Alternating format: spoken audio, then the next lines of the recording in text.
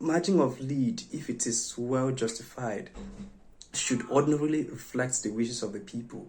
And if the people of Imo State overwhelmingly choose Uzodinma, I don't believe I will have issues with that. If also people in Kogi State overwhelmingly voted Ododo, I don't believe I will have issues with that. And so my issue with the elections is not the margin of lead. My issue is in the brazen manner in which the fraud happened. Because look, across all states, and across all states, not one of the states would you see how brazen. I mean, there is this thing they say in Igbo language, even if you want to take something, don't take it as much that the owner will notice. But then INEC did not pretend about what they did in 2023. There was no pretense about that. I mean, it was everybody's all on the surface. And that brings us to the call we have been making. I'm eternally gratified that through the conduct of these 3 off-cycle elections, the Nigerians have now come into the full view of what we knew as far back as October 2022. As early as October 2022, we started warning Nigerians about the abyss, about the beavers, about the IRF, and not just these systems, but the processes. And then INEC was doubling down on the PR machine that was suggesting to Nigerians that beavers is a game changer, beavers is a game changer. And when we were talking to Nigerians about it, they said, oh, stop wasting your time. Beavers is a game changer. Nobody can rig the elections. And they saw it, but nobody can really put their finger to say this was what happened in 2023, apart from the delayed IRF uploads. But today in Kogi, Bayelsa, and Imo State, people can at least see that what was declared was substantially different from what is on their beavers and what is on their IRF. And today, people are hearing for the very first time what is called synchronization of the beavers. And when we are telling Nigerians these devices are not as foolproof as advertised, they didn't listen. It took Nigerians 1 year and 1 month and 1 general election plus 3 off-cycle elections that were bungled to come to the same conclusion that we arrived at in October 2022. That I am happy that opinion seems now to be converged on the credibility of these devices and the processes around them. I don't have issues with the devices. It's just that they've not been tested, they've not been audited, and we don't know the vulnerability of these systems to 1, external compromise, but even much more so, internal compromise. So today, Nigerians can now indeed realize or suspect that the beavers can be made to say what the politicians want them to say, and that the INEC can do something substantially different from their beavers, and that these systems and processes have not been seamlessly integrated to shore up that voter confidence they were meant to do. So now that we have agreed that these systems and the processes are not as efficient as advertised, my question now is, what do we do with this information? Do we then allow INEC maybe complain about it and go to bed, and then come out in the next election, they will tell us, oh, beavers is a game changer, and then we'll believe them, go to the polls, squander the election opportunity, and then come back and nag? I will encourage you to do this. Don't take my word for it. Go to Google and put voter, what's the name of the other device? They call it card reader. Okay, go to Google and check card reader is a game changer. Just go to Google today and do it. You will see that it was the same PR strategy that they used to market the card reader. That was the same exact copy and paste strategy that they used to market the beavers. The smart card reader. The smart card reader. They said that the smart card reader was a game changer. That is the best thing that has happened to Nigeria since fried rice and all of that. And you saw how that card reader functioned. I am not saying that it failed spectacularly. I mean, there was an improvement, which I have acknowledged in a different opinion piece I wrote, that there has been substantial improvement in election management in Nigeria, but it's not yet there. They told Nigerians that the smart card was a game changer, and without auditing the smart card, it was after the elections that we saw the many failings of the smart card. But then the elections has come and gone. And then they came back to beavers, abyss, and IRF. They told all of us that abyss, IRF, this is a game changer. Beavers. But today we have seen that these systems and the processes have not been so integrated and interrogated in such a way that you repose the kind of confidence they are asking you to repose in these systems and processes. So it has come back to the point we made earlier this year in January, asking Nigerians to insist that INEC subject all their systems and all their processes to multi-stakeholder audit and integrity tests. If you are advertising the beavers, every stakeholder should be able to see how the BVAS works, what it does, and what are the possible avenues for internal compromise of these systems, and what are the possible avenues for external compromise of these systems. And it's only when we have determined the vulnerability of these systems then we can now introduce ways whereby we can mitigate those vulnerabilities. It's only when these things have been done that you can indeed say and ask Nigerians to repose confidence in these systems. When you have not done this, it is unfair for you to say Nigerians should repose confidence in these systems. And you saw the kind of hope the BVAS generated and how it was squandered. Look at what has happened in these three states. Like today, many young people are telling me, Chima, I'm not going to vote again, because you raised a lot of hope and squandered it. And we played into their hands by not insisting. I think it's Americans who have this mantra, trust but verify. We blindly trusted Inec and we failed in our duty of care to verify all their claims. One last thing I will say on this point, and say this anywhere.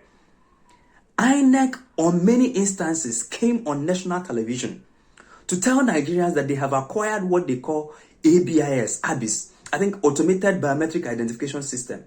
And according to Festus Okoye, he said this on Channels Television. He said this on Arise Television. At least the videos are still there in public domain. And he said that these ABIS systems, that they will automatically weed out double registrants, it will automatically weed out underage registrants, and it will automatically weed out fictitious voters. I believe that Nigerians remember when they were making those claims. I can tell you for a fact that INEC does not have a single smartphone, a single software, or a single system called ABIS. What happened was that INEC gave a boy, who we will leave unnamed for now, the voter registration details of Nigerians in a hard drive, like this hard drive. And the person traveled to Israel and stayed in Israel for 2 weeks or so, and came back and told INEC that they have used Israeli Mossad intelligence, whatever, to clean up the data. And it was after that claim that INEC uploaded that data on the internet, on the websites. And when Nigerians saw that the voter register was not clean, Nigerians reported about 55,000 names. And even till today, the voter register is rigged with a lot of fictitious names. And so I told the stakeholders then that INEC did not have ABIS. And I said, because it was an election year, if I say this publicly, I will be saying it at a great expense. But I told stakeholders who could act. I told presidential candidates who were serious. I told many campaign councils. I told them, I said, there is no ABIS. INEC has been caught flat-footed by claiming on national TV and promising Nigerians that they acquired ABIS. But they didn't acquire jack in terms of ABIS. They didn't have one software, one hardware. Even till today, INEC does not have ABIS. But they were lying to Nigerians. And I told stakeholders that this was what was happening. And if they have lied about ABIS, how much so do you want to trust them about BVAS, about IRF, about the other systems? And I now said there is vulnerability to these systems. Can we subject them to a stakeholder and integrity test? Only then do we determine how much efficacious these systems are. We didn't listen, but today we have a good opportunity that INEC has advertised its incompetency in the federal elections, but even more so in the 3 state elections that just happened. And I'm inviting Nigerians now, don't just sit back and complain, especially the stakeholders, especially the political campaign councils. Don't just sit back. We have to engage INEC in a way that they bring out all their systems and their processes and we critique them. It's only after they have gone through series of tests, integrity tests, and audits that we can now indeed repose confidence in these systems. Until then, Nigerians will sleep now, and then after the next elections, they wake up to complain. I don't want to be complaining every day. We want to be proactive. We failed to be proactive before the February elections. In the 3 state elections, we failed to be proactive. But there will be even much more off-cycle elections before the next general election. So Nigerians will not say that they've not been warned. To start engaging INEC, don't take them at their words. Engage them to prove that everything they say is right before you go into the elections. Okay, you actually delved into the last question I wanted to ask. But you were talking about the negative lessons that we've learned and how we can, mitigate against future occurrences. But I wanted to point out that technology is an evolutionary process. You might think what you have right now is 100% good, but by tomorrow, you'll see there is a need for improvements. I believe INEC saw that it boasted about the smart card reader, but when they saw the deficiencies, they migrated or upgraded to BVAS. And now we've seen the, shall I call it the deficiencies or the human deficiencies in BVAS. I believe with what you said, there should be an upgrade to even a better software You remember that one of the, I am not advocating for outright dumping of the beavers. That is far from it. What we advocated is slight upgrade of the beavers. Look, there is something that is called quality control. What Inec is doing with Nigeria is national experimentation. You just bring in devices and you use the destiny of millions of people to do national experimentation. And when it fails, you say it has failed. No. You do your quality control before the exam, before the main experimentation. If you want to fly a plane and you tell everybody to onboard the plane before you start testing it, nobody will enter that plane. How are we doing? It was used earlier. It was used earlier in Delta. No. You remember that we said, even in Delta State, till today, nobody knows the success or the fail rate of the beavers in Isoko. The only things Nigerians know is just that Nigerians don't pay attention.